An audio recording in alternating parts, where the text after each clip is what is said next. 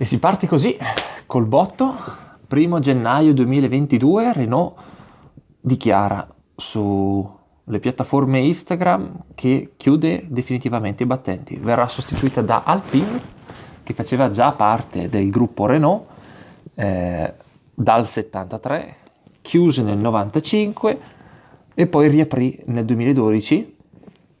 E di fatto il team di Formula 1 già nel 2021 era già stato rinominato da Renault F1 Team ad Alpine F1 Team, quindi diciamo che era già nell'aria la situazione, era un po' telefonata, era solo questione di tempo. Però a me sinceramente dispiace, nel senso che dato che hanno fatto il nuovo modello della Clio base, esteticamente e internamente aveva già una buona base di partenza e speravo facessero anche la versione sportiva, magari con qualche allargamento, spoiler, e invece, boh, Non è argomento da ridere!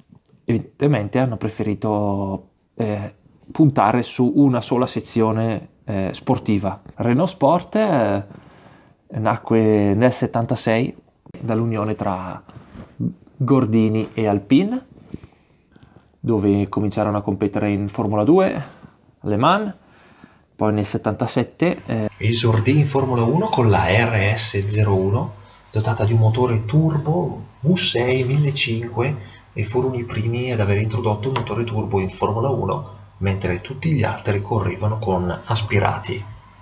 Poi nel 78 con lo stesso motore V6 vinsero il Gran Premio Le Mans con un Alpine Renault A442B.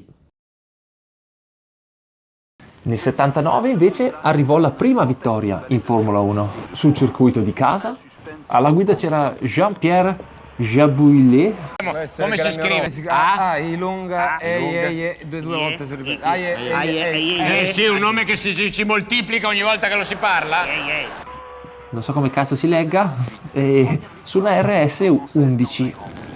All'inizio degli anni 80 vinsero 15 Gran Premi per poi arrivare nell'85 secondi al campionato Formula 1 con un certo Alain Prost. Mentre tra il 76 e il 91 parteciparono al campionato del mondo rally vincendo 7 gare. La prima arrivò nell'81 al Gran Premio di Monte Carlo e nell'82 vinsero la Rally Dakar. Renault Sport tornò in Formula 1 dal 2002 al 2011 e come dimenticare i 2 anni vinti da Fernando Alonso nel 2005 e 2006. I came from country with no tradition in Formula 1 and I fight alone basically. And this ultra important victory here in the final Grand Prix of the season means that Renault will win the Constructors' Championship as well. Fernando Alonso, number 7 victory of the season. Brilliant, Fernando. Absolutely fantastic, mate. Absolutely brilliant job. Thanks from Renault. We are the champions. Nel 2012 diventò Lotus F1 Team, dove Renault forniva solo motori fino al 2014 e poi nel 2016 tornare a Renault F1 Team e cambiare il nome nel 2021 ad Alpine F1 Team. Dovettimo aspettare il 95 per avere la prima auto sportiva stradale di Renault RS e fu la Renault Sport Spider presentata al Salone di Ginevra nel 95. E alcuni pensano che sia stata la Clio Williams, anche se effettivamente Renault Sport la preparò, la elaborò, ma non fu siglata RS.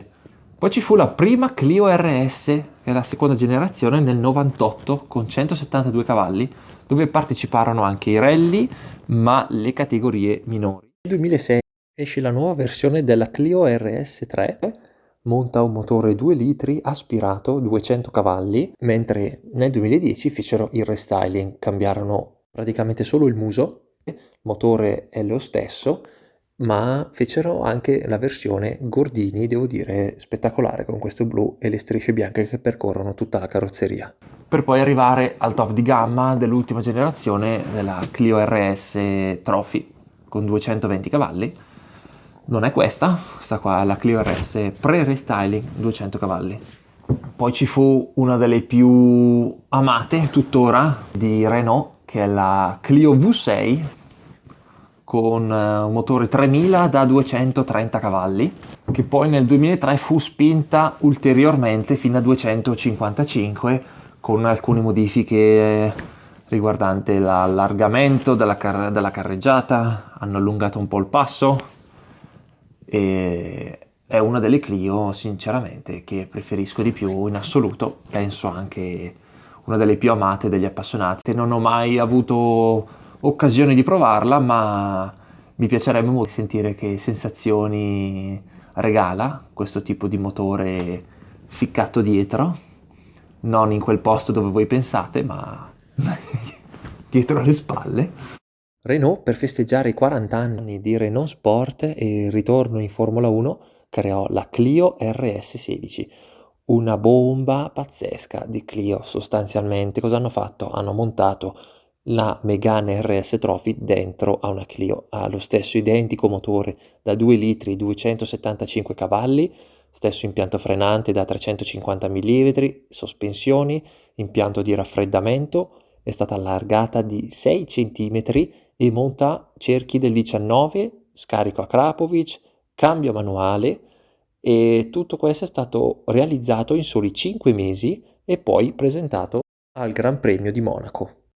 Ma ci fu anche la Megane RS nel 2004, un motore 2000 turbo da 224 cavalli.